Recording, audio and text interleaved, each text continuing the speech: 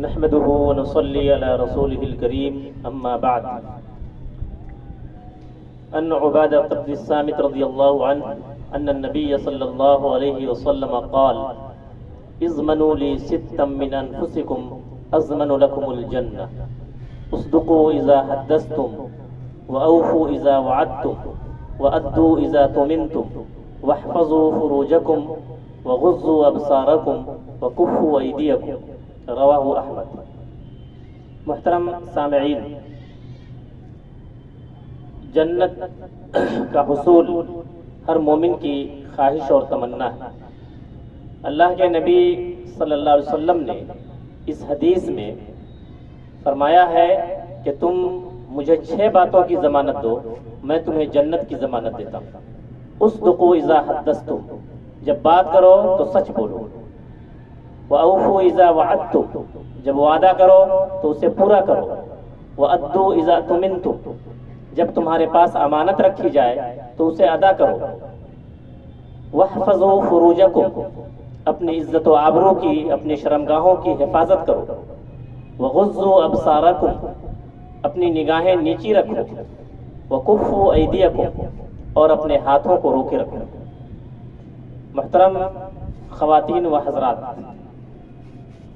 اس حدیث میں اللہ کے نبی صلی اللہ علیہ وسلم نے ہمیں 6 بڑی قیمتی باتیں بتائی، 6 بڑی قیمتی نصیحتیں ہمیں کی، اور ان نصیحتوں پر عمل کرنے کی صورت میں اللہ کے نبی صلی اللہ علیہ وسلم نے ہمیں جنت کی ضمانت دی. تو آئیے ہم ایک ایک کر کے اس کا جائزہ لیتے ہیں. سب سے پہلی بات جس کا حکم اللہ کے نبی صلی اللہ علیہ وسلم نے ہمیں دیا وہ ہے اصدقوا اذا حدثتم، جب بات کرو تو سچ بولو. محترم حضرات، اس کے برخلاف ایک منافق کی پہچان اللہ کے نبی صلی اللہ علیہ وسلم نے ایک حدیث میں فرمایا کہ آیت المنافق ثلاث: اذا حدث کذب، واذا وعد اخلف، واذا اؤتمن خان. کہ منافق کی 3 نشانیاں ہیں، 3 پہچان. جب وہ بات کرتا ہے تو جھوٹ بولتا ہے، جب وعدہ کرتا ہے تو وعدہ خلافی کرتا ہے، جب اس کے پاس امانت رکھی جاتی ہے تو اس میں خیانت کرتا ہے. اس کے برخلاف ایک مومن کی زندگی سچائی کی آئینہ دار ہوتی ہے. ہم دیکھتے ہیں کہ اللہ کے نبی محمد الرسول اللہ صلی اللہ علیہ وسلم کی سیرت کا سب سے نمایاں وصف آپ کی سچائی تھی. آپ صلی اللہ علیہ وسلم جب 40 سال کی عمر میں آپ کو نبی بنایا گیا، نبوت کے منصب پر فائز کیا گیا، تو آپ نے سب سے پہلے جب مکہ والوں کو اسلام کی اور ایمان کی دعوت دی، کوہ صفا پہ آپ کھڑے ہوئے، تو آپ نے ڈائریکٹ اسلام کی دعوت ان کے سامنے پیش نہیں کی، بلکہ آپ نے اس کے لیے ایک تمہید باندھی. آپ نے فرمایا میں اس پہاڑ پر کھڑا ہوں، میں آگے بھی دیکھ رہا ہوں، پیچھے بھی دیکھ رہا ہوں. اگر میں تم سے یہ کہوں کہ خونخوار لشکر تمہارے اوپر حملہ آور ہونے والا، تو کیا تم میری اس بات کو سچ مانو گے؟ سب مکہ والوں نے ایک زبان ہو کر کہا کہ ہم نے بچپن سے آپ کو سچ بولتے ہوئے پایا ہے، میں آپ کی اس بات کو بھی سچ مانوں گا. یہ ہے وہ کردار کی پختگی اور سیرت کی شہادت جو آپ صلی اللہ علیہ وسلم نے مکہ والوں کے سامنے پیش کی. محترم بزرگوں اور دوستو، کیا ہم بھی اپنے سماج کے سامنے اپنی سیرت کی اس سچائی کو، کردار کی اس پختگی کو پیش کر سکتے ہیں؟ اس میں ہمارے لیے بہت بڑا سبق ہے اور بہت بڑا نمونہ ہے.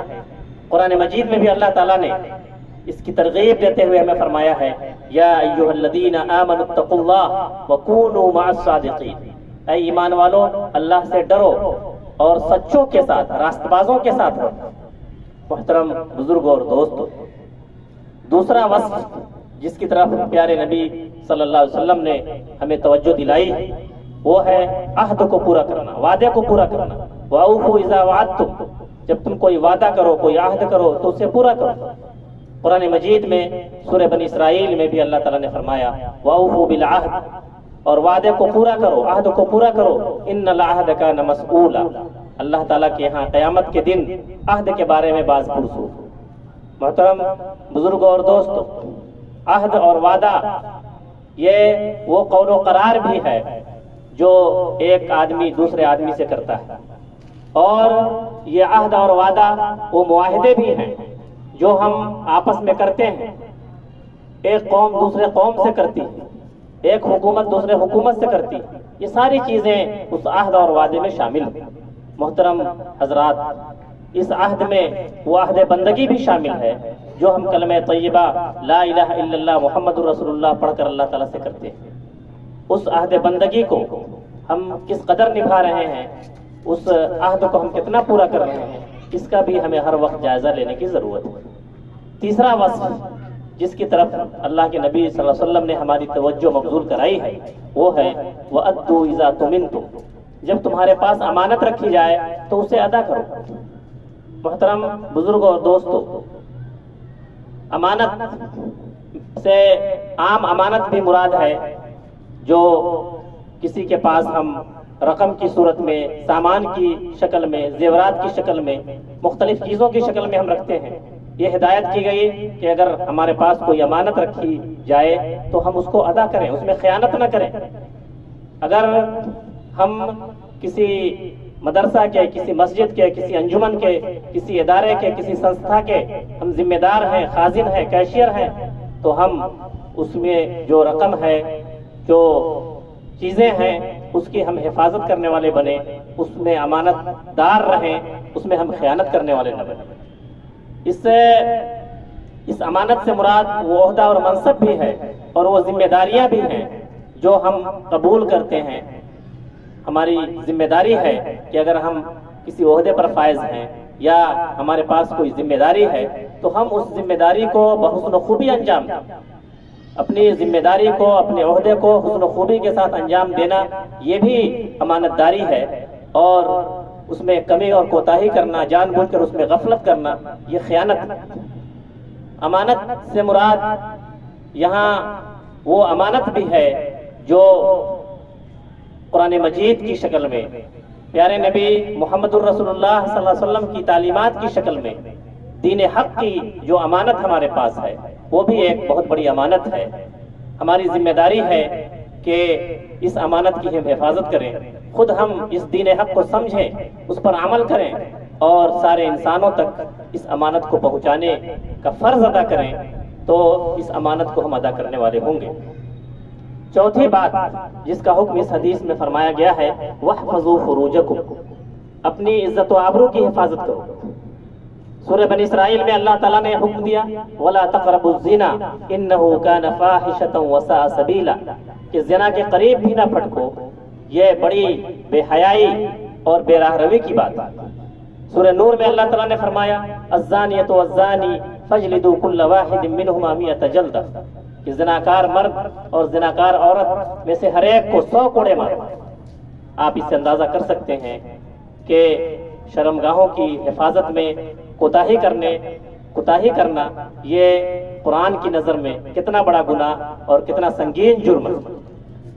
پانچویں بات جس کا حکم اس حدیث میں فرمایا گیا وہ ہے وَغُضُّوا أَبْصَارَكُمْ، اپنی نگاہیں نیچی رکھو۔ نگاہوں کی حفاظت کرنا یہ دراصل عزت و آبرو کی حفاظت کرنا ہے، اسی لیے نگاہ کی حفاظت کرنے کی قرآن و حدیث میں بڑی تاکید آئی۔ سورہ نور میں اللہ تعالیٰ کا ارشاد ہے قُلْ لِلْمُؤْمِنِينَ يَغُضُّوا مِنْ أَبْصَارِهِمْ وَيَحْفَظُوا فُرُوجَهُمْ، ایمان والے مردوں سے کہہ دو کہ وہ اپنی نگاہوں کی حفاظت کریں اور اپنی نگاہیں نیچی رکھیں اور اپنی شرمگاہوں کی حفاظت کریں۔ وَقُلْ لِلْمُؤْمِنَاتِ يَغْضُضْنَ مِنْ أَبْصَارِهِنَّ وَيَحْفَظْنَ فُرُوجَهُنَّ، اور مومن عورتوں سے بھی کہہ دو کہ وہ اپنی نگاہیں نیچی رکھیں اور اپنی شرمگاہوں کی حفاظت کریں۔ حدیث میں پیارے نبی محمد رسول اللہ صلی اللہ علیہ وسلم نے حضرت علی رضی اللہ عنہ کو خطاب کر کے فرمایا یا علی لا تتبع النظرة النظرة فإن لك الأولى وليست لك الثانية، اے علی اگر کسی پر اچانک تمہاری نگاہ پڑ جائے تو دوبارہ نگاہ نہ ڈالو، پہلی نظر معاف ہے، دوسری نظر معاف نہیں۔ چھٹی بات اور آخری بات جو اللہ کے نبی صلی اللہ علیہ وسلم نے اس حدیث میں ارشاد فرمائی ہے وہ ہے وَكُفُّوا أَيْدِيَكُمْ، اور اپنے ہاتھوں کو روکے رکھو۔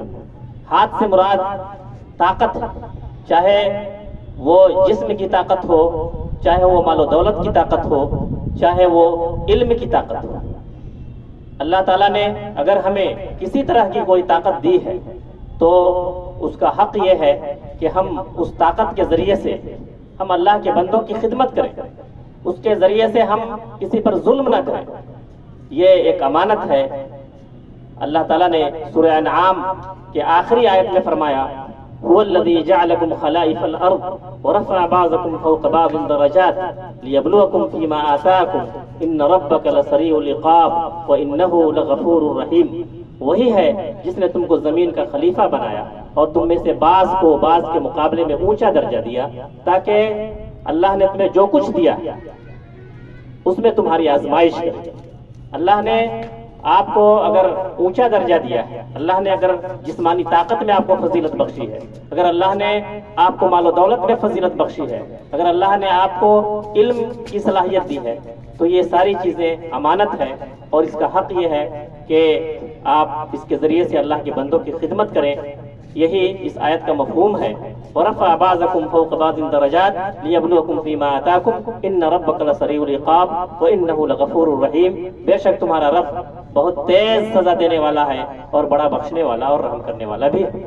اللہ تعالیٰ سے دعا ہے کہ اس حدیث میں جن 6 صفات کی تلقین کی گئی ہے، اللہ تعالیٰ ہمیں ان پر عمل کرنے کی توفیق عطا فرمائے۔ وما توفیقی الا باللہ علیہ توکلت وإلیہ انیب۔